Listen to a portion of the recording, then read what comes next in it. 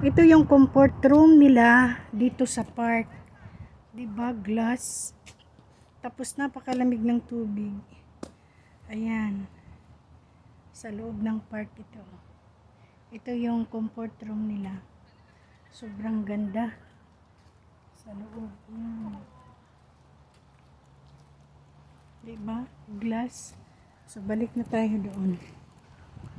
Kahit nasa ilalim ng jungle, ayan, may upuan din doon. Pwede mag-camping.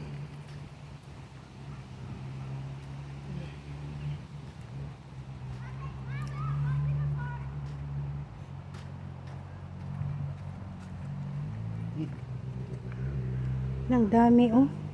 Daming basura.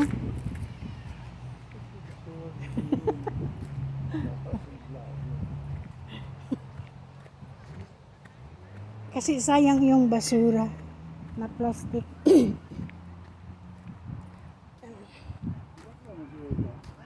Diri na ay, balik na ta. Yan. Ito yung lutuan nila, oh. Pwedeng mag-camping. Sobrang init.